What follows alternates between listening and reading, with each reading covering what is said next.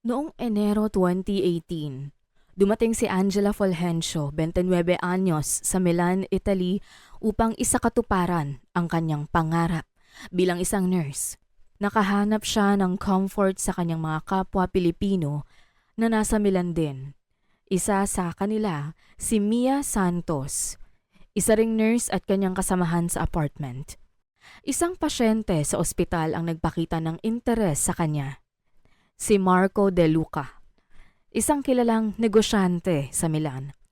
Habang si Marco ay nasa trabaho isang araw, nagpasya si Angela na galugarin ang opisina nito. Sa parehong drawer natagpuan din ni Angela ang isang maliit na USB drive. Ngunit ang sunod na folder ang nagpadilim ng kanyang pakiramdam. Ang mga dokumentong nakita niya ay may kaugnayan sa mga illegal na transaksyon. Isang linggo ang lumipas bago niya nakilala si Attorney Rafael Gomez, isang Pilipinong abogado. Sinabi ni Attorney Gomez na ang mga dokumentong ito ay may kaugnayan sa isang malaking sindikato. Sa isang lihim na operasyon ay sinagawa sa tulong ng Italian police. Nagkaroon ng surveillance sa mga galaw ni Marco at ng kanyang grupo.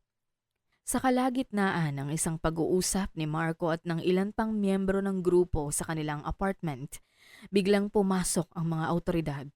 Sabay-sabay na inaresto ang mga kasangkot.